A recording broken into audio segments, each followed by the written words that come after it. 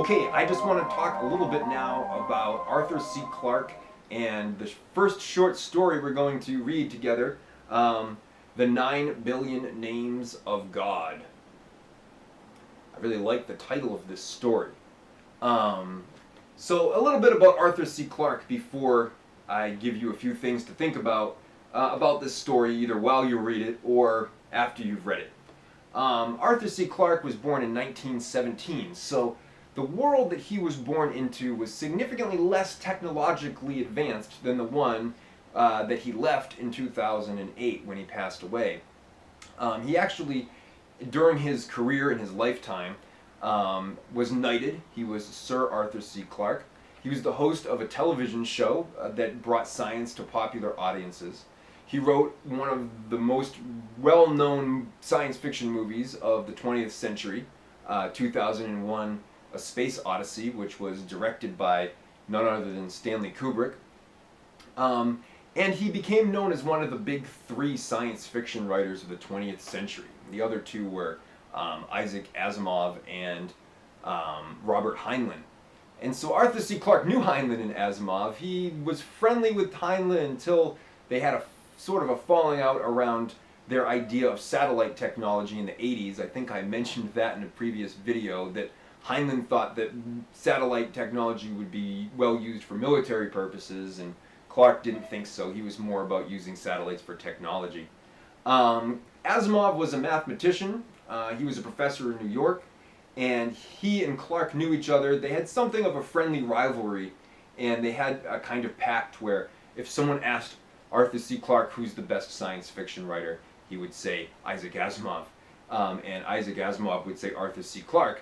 But then sometimes they would poke fun at each other in editorials and interviews and things. So let's get on to talking about the story. That's a little bit about the author. If you're interested in Arthur C. Clarke, you can read his biography as I have it linked to the D2L shell. His Wikipedia page actually is pretty exhaustive, and you can read a lot there. And you can find him on YouTube if you look up Arthur C. Clarke. You can even see some of the old television show episodes. So 9 Billion Names of God is written in a traditional story style, where it's sort of three parts: the opening, the middle, and the closing scene. And in the opening scene, you have a Buddhist monk propositioning a computer company in the United States for a supercomputer that they would like to use to calculate the 9 billion names of God through an alphabetical system of their own division.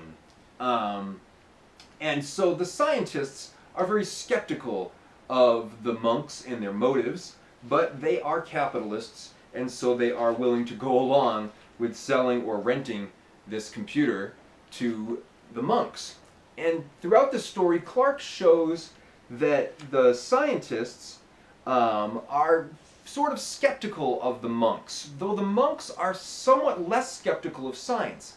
And this question of how religion and science interacts is obviously still a hot question now, something that people still talk about. There's the arguments about whether evolution or creation should be taught in schools. There's arguments about whether climate change is real. Some people actually believe that God would not allow the climate to change in such a way as to kill humanity. And so this intersection of science and religion is always going on, and even in 1953, when Clarke wrote this story, people were still thinking about how these two ways of viewing the world relate to each other. They're both what we would call ontological systems. They're ways of explaining existence, they're ways of explaining reality, and science is empirical. It's based on evidence that you can see, observe, record, analyze, and religion is based on faith. Or so we would have us believe, though in the 9 billion names of God, it seems like maybe the monks are onto something.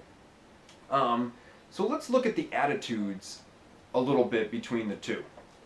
When, in the opening section of the story, Dr. Wagner is speaking with the Lama, he says, "Oh," Dr. Wagner looked a little dazed, "now I see why you wanted to hire one of our machines, but what exactly is the purpose of this project?" Trying to compile the 9 billion names of God. The Lama hesitated for a fraction of a second, and Wagner wondered if he had offended him. If so, there was no trace of annoyance in the reply. The llama understands a little more about Wagner and his position than maybe Wagner understands about the llama. The llama says, "Call it ritual if you like, but it's a fundamental part of our belief. All the many names of the Supreme Being, God, Jehovah, Allah, and so on, there are only man-made labels, which there is a philosophical problem of some difficulty here, which I do not propose to discuss, but somewhere among all the possible combinations of letters that can occur are what one might call the real names of God. By systematic permutations of letters, we have been trying to list them all. And if it wasn't for this computer, it would take the monks 15,000 years to list all the names of God." Now it seems as though the llama has a deeper understanding of his own project than he's letting on. If you pay attention, he abjures explaining himself several times throughout this story, perhaps because he recognizes that Wagner is not necessarily on board with the idea that the 9 billion names of God is a real thing. He says, "High up in the remote areas, these monks had been patiently at work, generation after generation, compiling their lists of meaningless words. Was there any limit to the follies of mankind?" This is what Wagner's thinking, but then he says the customer's always right. At the end of the scene, when the llama is explaining how they're going to power the computer, he talks about a generator that the lamasery had installed. He said that they had what source of energy, electrical energy do you have, is what Wagner asks him. And the llama replies, "A diesel generator providing 50 kilowatts at 110 volts. It was installed about 5 years ago and is quite reliable. It's made life at the lamasery much more comfortable, but of course it was really installed to provide powers for the motors driving the prayer wheels." So go online, go to Google or something, or YouTube, and look up what a prayer wheel is. In a Tibetan monastery, there are wheels that are engraved with all these symbols and I guess they're prayers really, and the faithful or visitors will spin the wheel, and in spinning the wheel they say the prayer. By installing an electric motor on it, it would mean that you were perpetually saying the prayer, which was something that a person would not be able to do, just continually spin the wheel. So there's an interesting little maybe commentary on the relationship of technology and religion there.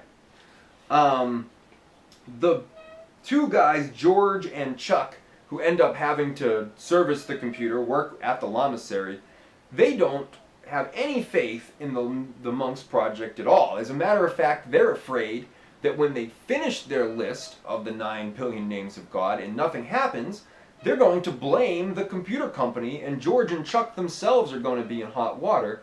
And in the story, they actually try to get out of the lamasery before the project is finished so that the monks won't get mad at them for what they perceive to be the failure of the monks' idea. George and Chuck are not very faithful, let's say. And so the end of the story has an interesting commentary on the two sides of this debate, the religion and the science. And I'm really interested to know what you think of the ending. You might think that a hard science fiction writer like Arthur C. Clarke would have a clear ontological position, would come down clearly on the side of either science or religion, and we can guess which one we think he would side with. But I think this story complicates that relationship a little bit, and so I'm very interested to know what you think about it. So go to the discussion board after you've read the 9 billion names of God, and respond to the questions that I've posted there about the story and some of those questions about how science relates to religion. Of course, I'd be interested to know your own feelings about the story as well. So if you notice something in the story that's not related to what I've questioned you about, feel free to include it in your response. And I look forward to reading what you've written.